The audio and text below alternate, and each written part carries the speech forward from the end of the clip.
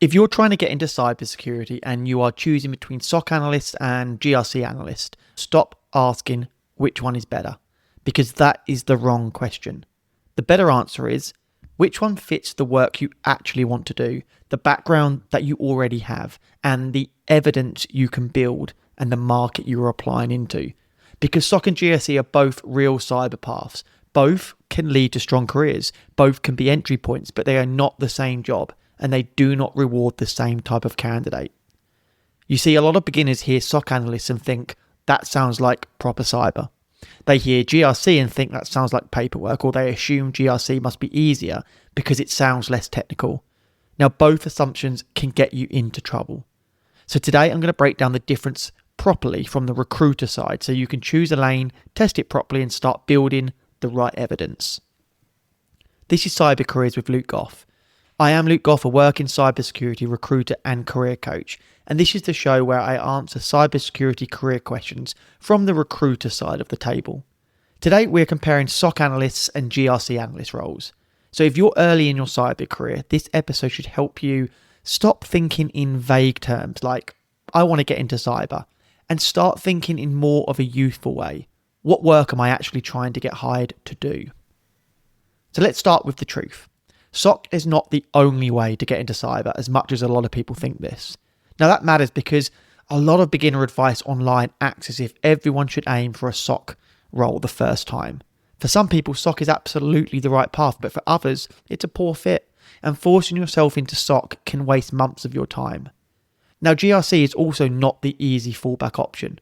I hear that a lot and it's not true. Good GRC people understand risk, controls, they understand evidence, frameworks, stakeholders, and how security actually operates inside a business. It is not just policy documents and meetings. It is the part of cybersecurity that helps an organization work out what risk it has, what controls are in place, where the gaps are, and how to prove anything is actually being managed. So this is not a ranking exercise. The question is not, is SOC better than GRC?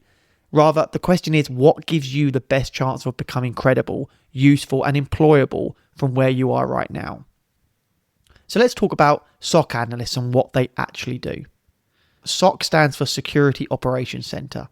A SOC analyst is closer to the detection and response side of cybersecurity. The work can include monitoring alerts, reviewing logs, triaging incidents, investigating phishing reports, checking endpoint alerts, working through response playbooks, document findings, etc. A lot of SOC work is queue-based. Alerts come in, tickets come in, reports come in. You have to decide what matters, what does not, what needs more investigation, and what needs escalation. That means SOC usually rewards people who like investigation or troubleshooting or technical detail and pattern recognition. Now, you don't need to be a genius hacker. This is not the job, but you do need to be comfortable with things like systems, networks, logs, endpoints, users, and uncertainty. A good early SOC candidate can usually talk through things like what a suspicious login might look like, what phishing indicators they would check, why DNS, HTTP, and common ports show up in security investigations, and what they built or practiced in a lab. Now, from a recruiter's perspective, I'm not expecting a beginner to sound like a senior incident responder. I'm really not. I'm looking for signs that they understand the work and have started building the right kind of evidence. So let's talk about who SOC tends to suit. Well, SOC may suit you if you enjoy technical investigation. It may suit you if you like troubleshooting, learning tools, looking at logs, working through alerts, and finding out what is normal versus suspicious. It can also be a good path for people coming from IT support, service desk, or networking background. People that have maybe a technical support background, cloud operations, or anyone who has built strong technical foundations. So if your current or previous work involved tickets, escalation, users, endpoints, permissions, or Microsoft environments, there may be a stronger link to SOC than you actually realize. But if you hate troubleshooting, you hate looking through logs, and hate dealing with messy signals, SOC really may frustrate you. Now, that doesn't mean you can't do it. It means you should be honest about the day-to-day work before you build your whole plan around that job title. So what does SOC evidence look like? Well, for a beginner SOC candidate, evidence matters. So the projects do not need to be really advanced, but they need to be relevant and explainable. Examples of usable SOC evidence.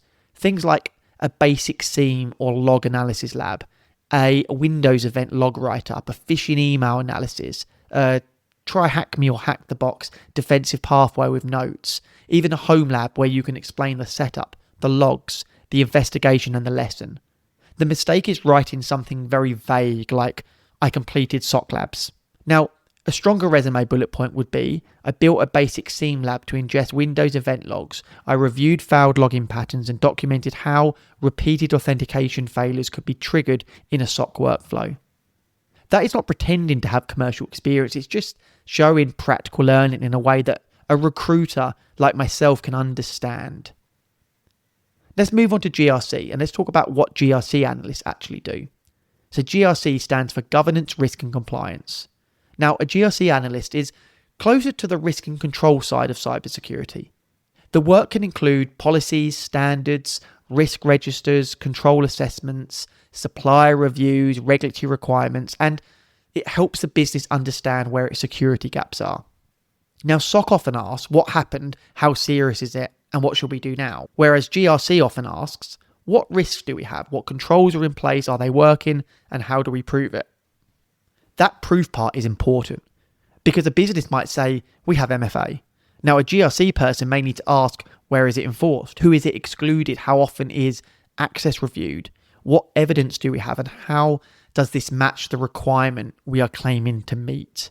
So that is not just paperwork. Now, in Australia, GRC can involve frameworks and requirements like the Essential 8, the Information Security Manual, ISO 27001, privacy obligations, third-party risk, internal audit, and in financial services, CPS 234. Do not name drop all of those in an interview unless they are relevant though. But if you are targeting GRC in Australia, you should at least know that this language exists and understand what problem it is trying to solve. So who GRC tends to suit? Let's talk about that. Well, GRC may suit you if you are very strong with structure, writing, risk thinking, documentation and stakeholder communication. It can suit people from an audit background, compliance, risk, operations, quality assurance, finance, legal, procurement, project work, consulting, policy, IT support with governance exposure. Now, as you can hear, there's lots of different backgrounds that you can transfer to GRC. GRC is often a better fit for people who can sit between technical teams and the business. That means you need to understand enough technical detail to ask good questions, but you also need to explain risk in plain English. And that's where soft skills comes in. You need to have good soft skills. You need to be able to talk to business stakeholders who don't understand technical jargon. So you need to be able to explain things in a clear and easy to understand way. If a technical team says this system is not patched, then a GRC person needs to help translate that into business impact, control gaps, ownerships, and action. But if you hate writing, if you hate stakeholder conversations, if you hate documentation and hate working through controls carefully, then avoid GRC because it may not be the easy path you imagine. So let's talk about GRC evidence and what that looks like. Now, for a beginner GRC candidate, I would rather see a clear risk register than a random hacking lab. So let's give you some examples of some evidence in GRC. You could do a sample cybersecurity risk register for a small business scenario, a basic security policy written in plain English, a mock supplier security review, or a control mapping against the Essential 8 or ISO 27001 concepts. A weak resume bullet point would be interested in governance, risk and compliance. That doesn't tell me much, whereas a stronger bullet point would be created a sample security risk register for a small business scenario, mapping risks to controls, owners, likelihood, impact, and treatment actions. Again, it's not commercial experience, but it's evidence that you understand the shape of the work. Now, let's talk through the work style test. Here is the simplest way to compare both GRC and SOC.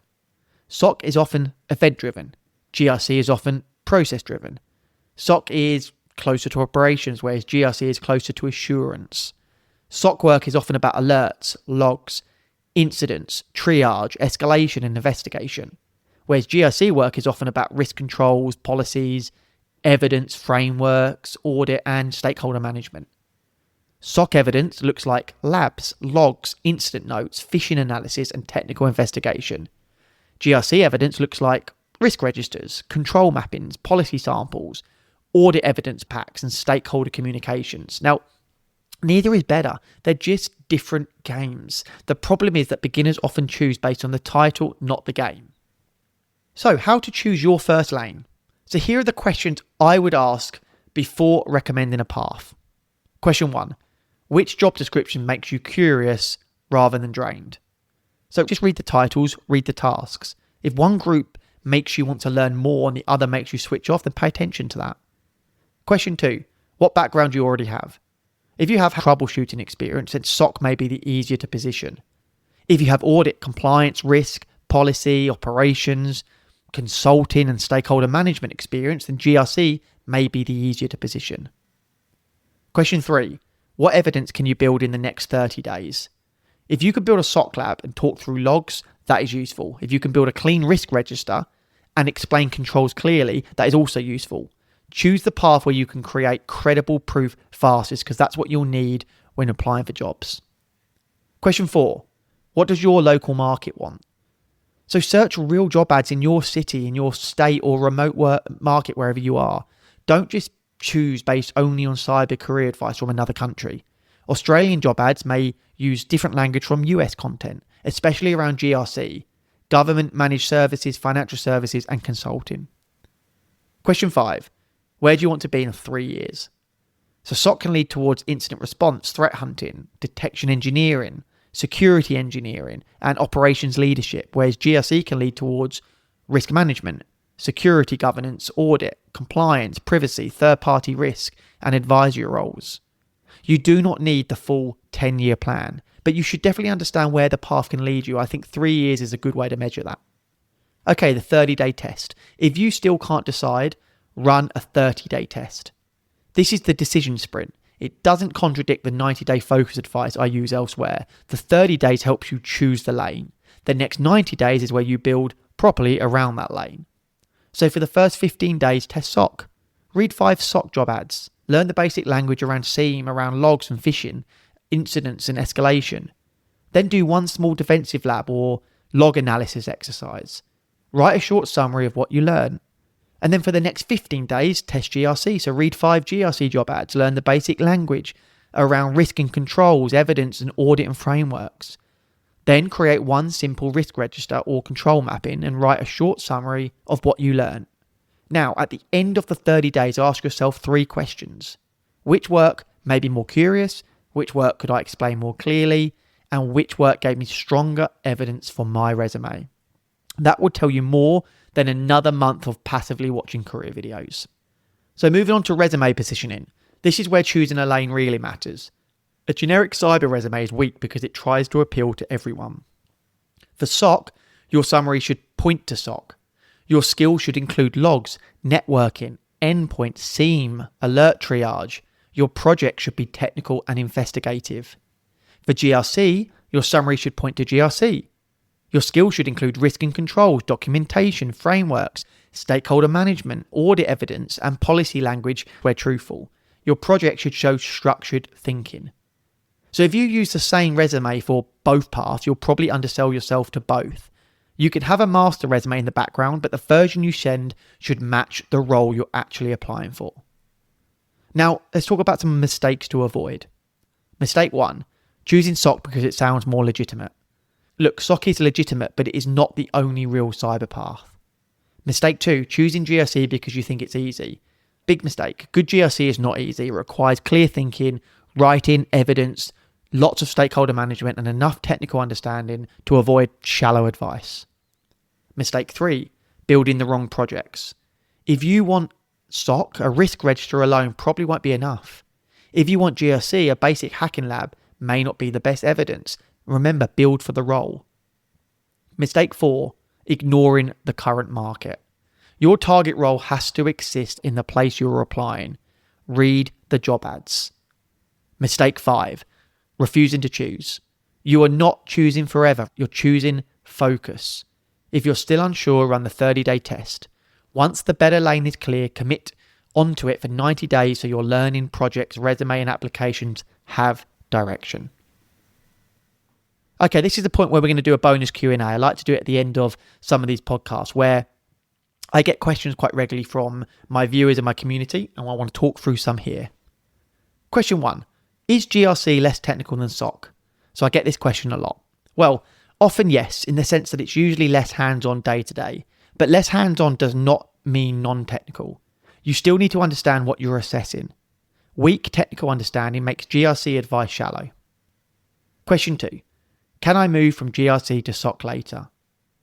Absolutely, yes, but you will need to build the technical evidence. The same is true the other way. A SOC analyst can move into GRC, but they need to learn risk controls, audit evidence, and stakeholder language. Question 3. Which pays more? It depends on level, industry, and the market you're in. So early career pay can vary a lot. So don't choose only on salary. Choose the path where you can become genuinely strong, because that's where the money usually flows. Question 4. What if I'm interested in both? That's absolutely fine. And to be honest with you, most people are. But for the next 90 days, choose the one you could build the strongest evidence for.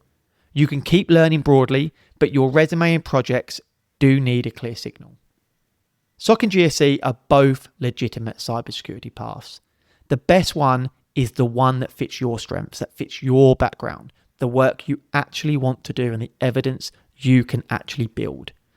Do not choose based on vibes. Please don't. Read the job ads, talk to people doing the work. Build one small proof point for each if you have to. Use the 30-day test to choose. Then give the stronger lane 90 days of focused effort and make your resume match it.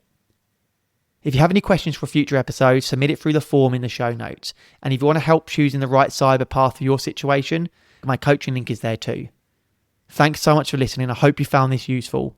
Follow Cyber Careers so you don't miss the next one. As always, keep leveling up your career. Thanks for listening.